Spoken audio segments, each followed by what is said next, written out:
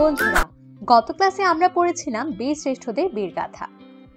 গত ক্লাসে আমরা জানতে পেরেছিলাম 1971 সালে বাংলাদেশে যে মুক্তিযুদ্ধ হয়েছিল সেখানে বঙ্গবন্ধু শেখ মুজিবুর রহমানের আহ্বানে এদেশের জাতি ধর্ম বর্ণ নির্বিশেষে সকল শ্রেণী পেশার মানুষ মুক্তিযুদ্ধে ঝাঁপিয়ে পড়েন।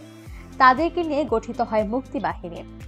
মুক্তিযুদ্ধে অসামান্য অবদান এবং অসীম সাহসিকতার জন্য রাষ্ট্র 7 জন বীর মুক্তিযোদ্ধাকে বীরশ্রেষ্ঠ উপাধিতে ভূষিত করে। গত ক্লাসে আমরা 7 জন বীরশ্রেষ্ঠের নাম জানতে পেরেছি এবং একই সঙ্গে আমরা জানতে পেরেছি captain Mohiuddin Jahangir, flight lieutenant Motiur Rahman আর সিপাহী হামিদুর রহমান সম্পর্কে। আশা করছি গত ক্লাসে আমি যা পড়িয়েছি তোমাদের সব মনে আছে। আমি কিন্তু আগেই তোমাদেরকে জানিয়ে রেখেছি আজকের ক্লাসে আমি হাজির হব বীর শ্রেষ্ঠদের বীরগাথা থেকে এবং আমরা একই সাথে এই প্রশ্নগুলোর সমাধান করার চেষ্টা করব। তাহলে চলো আর দেরি না করে আমাদের আজকে মূল পাঠ শুরু করা যাক। এখানে দেখো দুটি প্রশ্ন আছে এবং প্রশ্নের পাশে দুটি অপশন আছে। আমরা এখান থেকে সঠিক অপশনটি বাছাই করব। বাংলাদেশে বীরশ্রেষ্ঠ কতজন? ক্লাসের শুরুতেই বললাম বাংলাদেশের বীরশ্রেষ্ঠ 7 জন। তারপরে দেখো মুক্তিযোদ্ধাদের নিয়ে গঠিত বাহিনীর নাম কি? ক্লাসের শুরুতেই এই তথ্যটিও আমি তোমাদেরকে আরো একবার মনে করিয়ে দিয়েছি এবং আশা করছি তোমরা এই প্রশ্নটির সঠিক উত্তর দিতে পারবে। তাহলে বলো তো, মুক্তিবাহিনী নাকি সেনাবাহিনী? অবশ্যই উত্তরটি হচ্ছে মুক্তিবাহিনী। চলো দেখে নিই উত্তরগুলো। আমাদের উত্তরগুলো কিন্তু একদম সঠিক হয়েছে। এবারে আমরা কিছু খালি ঘর পূরণ করব। দেখো বন্ধুরা, এখানে 3টি প্রশ্ন আছে। আমরা এখন সেই প্রশ্নগুলোর সমাধান করার চেষ্টা করি। 1971 সালে ড্যাশ মার্চ অবিস্মরণীয় সেই সময়। আমাদের গত ক্লাসের পাঠের একদম প্রথম লাইনটি ছিল এটি, মনে আছে তো? উত্তরটি হচ্ছে তাহলে 26 মার্চ। এরপরে দেখো জাতি ধর্ম বর্ণ নির্বিশেষে সব পেশার মানুষ যোগ দিচ্ছেন ড্যাশ। উত্তরটি বলো তো কি হবে? উত্তরটি হচ্ছে মুক্তিযুদ্ধে। এদেশের সাধারণ জনগণ নিজেদের জীবন বাজি রেখে মুক্তিযুদ্ধে ঝাঁপিয়ে পড়েন। এরপরে প্রশ্নটি দেখো, তারপর অত্যন্ত ক্ষিপ্রতার সঙ্গে পাকিস্তানি সেনাদের ড্যাশ আক্রমণ চালান। এখানে কার সম্পর্কে বলা হচ্ছে তোমরা কি বলতে পারবে? এখানে বলা হচ্ছে ক্যাপ্টেন মহিউদ্দিন জাহাঙ্গীর সম্পর্কে। আমরা গত ক্লাসে যখন তার সম্পর্কে পড়েছি আমরা কিন্তু জেনেছি তিনি ছিলেন অত্যন্ত সাহসী এবং অত্যন্ত ক্ষিপ্রতার সঙ্গে তিনি শত্রুদের আক্রমণ করতেন। তাহলে এখানে উত্তরটি হচ্ছে বাংকারে। তারপর অত্যন্ত ক্ষিপ্রতার সঙ্গে পাকিস্তানি সেনাদের বাংকারে আক্রমণ চালান। ঘটনাটি কি তোমাদের মনে আছে? 1971 সালের 14 ডিসেম্বর তিনি পাকিস্তানি সেনাদের বাংকারে আক্রমণ চালান এবং অত্যন্ত ক্ষিপ্রতার সঙ্গে তিনি শত্রুদের মোকাবেলা করছিলেন। তাহলে আমরা কিন্তু এখানে 3টি খালি ঘর পূরণ উত্তর করে ফেললাম। এবারে চলো দেখি আমাদের জন্য কি কাজ আছে। দেখো বন্ধুরা, 3টি প্রশ্ন লেখা আছে। আমরা এখন সেই 3টি প্রশ্নের উত্তর দেওয়ার চেষ্টা করি। মুক্তিযুদ্ধের প্রধান সেনাপতি কে ছিলেন? গত ক্লাসে আমি যখন পড়াচ্ছিলাম আমি কিন্তু তোমাদেরকে বলেছিলাম এই তথ্যটি তোমরা অবশ্যই মনে রাখবে। তাহলে উত্তরটি দিয়ে ফেলি আমরা। মুক্তিযুদ্ধের প্রধান সেনাপতি ছিলেন জেনারেল আতাউল গনি ওসমানী। তারপরে দেখো ক্যাপ্টেন জাহাঙ্গীর কোন ক্যাম্পে যোগদান করেন? মুক্তিযুদ্ধের শুরুতে ক্যাপ্টেন জাহাঙ্গীর অবস্থান করছিলেন পাকিস্তানে এবং তিনি সিদ্ধান্ত গ্রহণ করেন বাংলাদেশের মুক্তিযুদ্ধে যোগদান করবেন। সেই পরিকল্পনা অনুযায়ী তিনি পাকিস্তানের শিয়ালকোট হয়ে ভারতে প্রবেশ করেন এবং সেখান থেকে দিল্লি হয়ে তিনি পৌঁছান কলকাতায়। এর পরবর্তীতে ক্যাপ্টেন জাহাঙ্গীরকে পাঠানো হয় 7 নম্বর সেক্টরে। তিনি সেখান থেকে মালদহ জেলার মেহেদিপুর মুক্তিবাহিনী ক্যাম্পে যোগদান করেন। তাহলে উত্তরটি কি দাঁড়ালো? মালদহ জেলার মেহেদিপুর মুক্তিবাহিনী ক্যাম্পে ক্যাপ্টেন জাহাঙ্গীর যোগদান করেন। এরপরে দেখো মহিউদ্দিন জাহাঙ্গীর কত সালে জন্মগ্রহণ করেন? উত্তরটি কিন্তু খুবই সহজ। মহিউদ্দিন জাহাঙ্গীর জন্মগ্রহণ করেন 1949 সালে 7 মার্চ বরিশাল জেলার বাবুগঞ্জ উপজেলার রহিমগঞ্জ গ্রামে।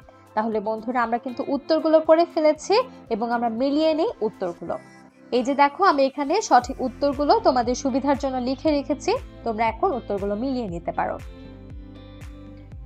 এবারে বন্ধুরা আমরা দেখো আরো কিছু সঠিক উত্তর বাছাই করার কাজ করব এখন। প্রথম প্রশ্নটি দেখো, মতিউর রহমানের বিমানটি কোথায় বিধ্বস্ত হয়েছিল? ঠাট্টায় নাকি খালিশপুরে? গত ক্লাসে আমরা যখন মতিউর রহমান সম্পর্কে পড়ছিলাম আমরা কিন্তু এটি জানতে পেরেছিলাম তিনি পাকিস্তান থেকে একটি যুদ্ধ বিমান নিয়ে মুক্তিযুদ্ধে যোগদান করতে চেয়েছিলেন। মতিউর রহমান পরিকল্পনা করেছিলেন যে তার একজন ছাত্র মিনহাজের কাছ থেকে তিনি বিমানটি ছিনিয়ে নিয়ে ভারতে আসবেন।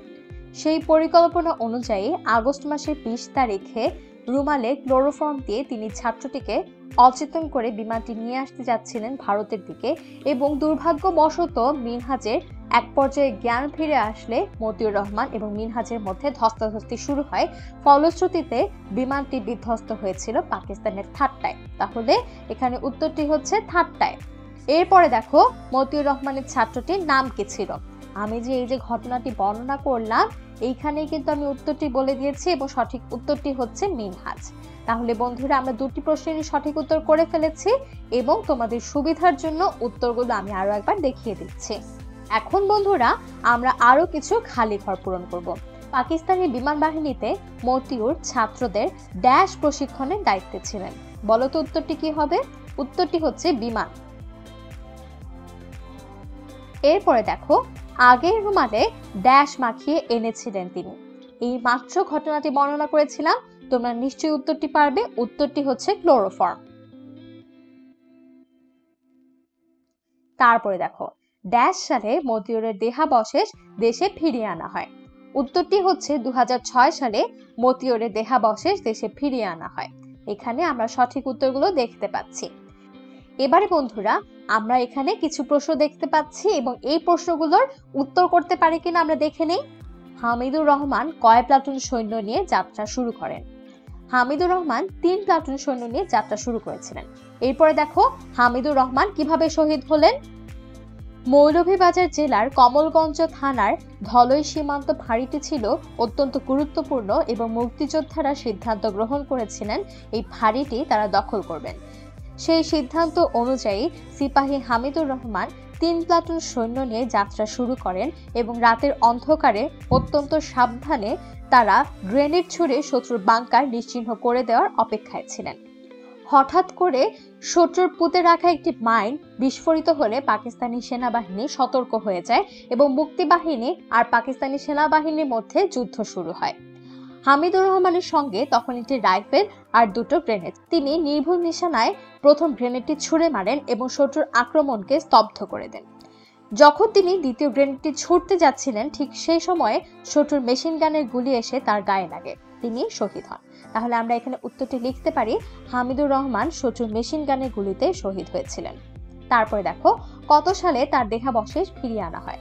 এখানে হামিদুর রহমান সম্পর্কে বলা হচ্ছে, সুতরাং আমরা উত্তরটি লিখতে পারি 2007 সালে 10 ডিসেম্বর হামিদুর রহমানের দেহাবশেষ দেশে ফিরিয়ে আনা হয়। বন্ধুরা আমরা কিন্তু এখানে 3টি প্রশ্নের উত্তর করে ফেলেছি, এবং আমরা এখানে সঠিক উত্তরগুলো দেখতে পাচ্ছি। সবশেষে তোমাদের জন্য একটি বাড়ির কাজ আছে। বন্ধুরা গত ক্লাসে আমরা জানতে পেরেছিলাম আমাদের 1971 সালের মহান মুক্তিযুদ্ধে শহীদদের আত্মত্যাগ সম্পর্কে। এদেশের সাধারণ জনগণ নিজেদের জীবন বাজি রেখে দেশের জন্য যুদ্ধ করেছেন এবং স্বাধীনতা ছিনিয়ে এনেছেন।